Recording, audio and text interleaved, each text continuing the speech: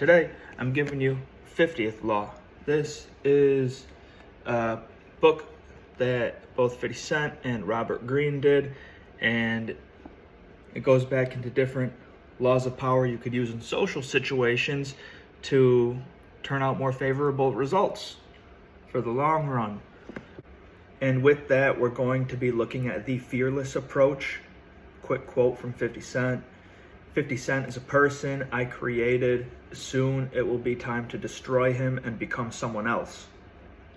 Shedding into a new change, the unpredictable, all reasons to arouse fear in anyone.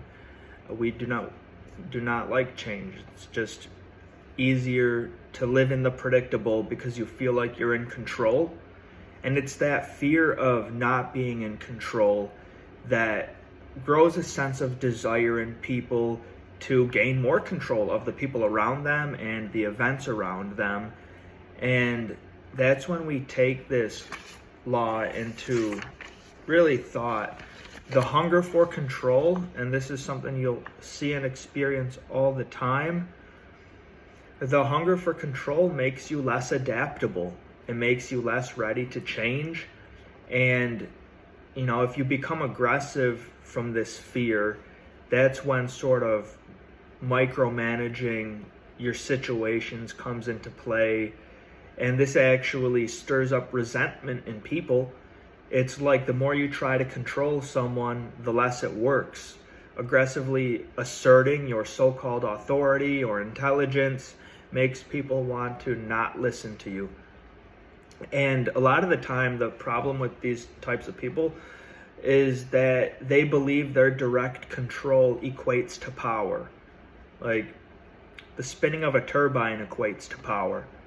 And it's all about them replacing a sort of chaotic fear they have within themselves that really can wear a person down over time.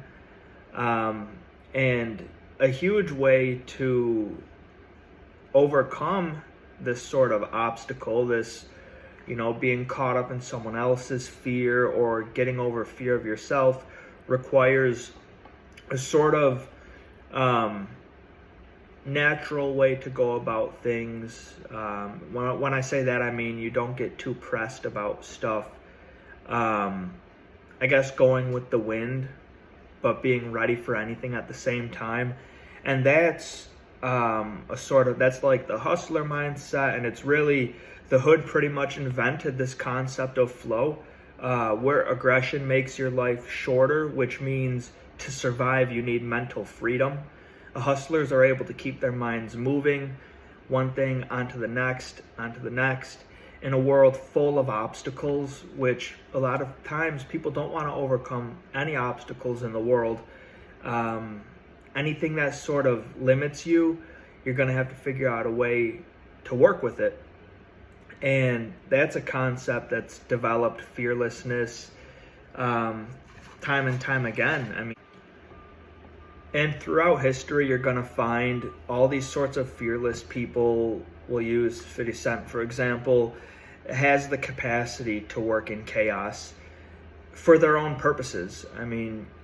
People that know how to use this sense of fearlessness and sort of be comfortable in chaotic situations, they have a higher purpose they're serving. They're doing that for a reason. And we'll take a focus off 50 for a second. We'll look at Mao of China, Mao Zedong. He used chaos as he believed it would help people become strong and allow them to also have a softness that lets you bend and adapt to anything, any situation, because life isn't always predictable. But you have to overcome that fear of unpredictability. Instead of being on a constant ridge, being influenced by fear out of the unpredictable, just make sense of it in real time. Mao took out the nationalists that they opposed in their country. They were unable to adopt Mao's flow of warfare, so he managed to trounce his opposition and he proved victorious, and it was all because he learned how to really go with the flow, with strength and eloquence, I guess you could say. So between 50 Cent and Mao, I would say going with the flow is a pretty big deal. Being ready for the unpredictable and not getting too surprised when unpredictable things happen, and just learning how to deal with it is huge. We'll end this off with a quote from Sun Tzu, and then some of the keys to power I'll just list out for you. Keys to fearlessness from Sun Tzu. Thus one's victory in battle cannot be repeated. They take their form in response to inexhaustibly changing circumstances. It can be likened to water, as water varies its flow according to the fall of the land. Being able to bend and adapt. A couple keys we'll look at.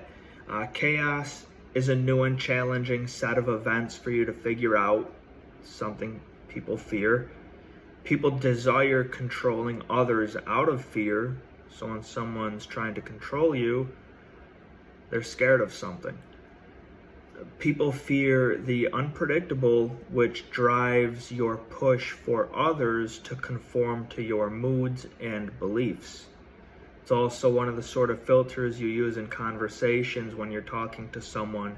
It's your moods and beliefs. People confuse direct control with power, like micromanaging. They think some real tough direct control is gonna make them all powerful. It's silly. The hunger for control and feeding on that fear ironically narrows your options, with a paradoxical effect that gives you less control. Like the micromanager, a lot of the time micromanagers wind up with less control because people leave, they don't want to work for them. And always keep in mind that your life has a pace and rhythm, one to its own, and try to stick on that path as best you can. And don't let things or people change your rhythm. Let go of your urge for direct control. That's just weird. Don't make a change. Don't make change a chaotic fear. So don't fear change at all. What and how you do things represents your flow. Don't imitate people. That's pretty simple. So that's, the 50th law, little excerpt from the 4th chapter. But I'm going to get back to the 11th law next thing. So you'll have a good day.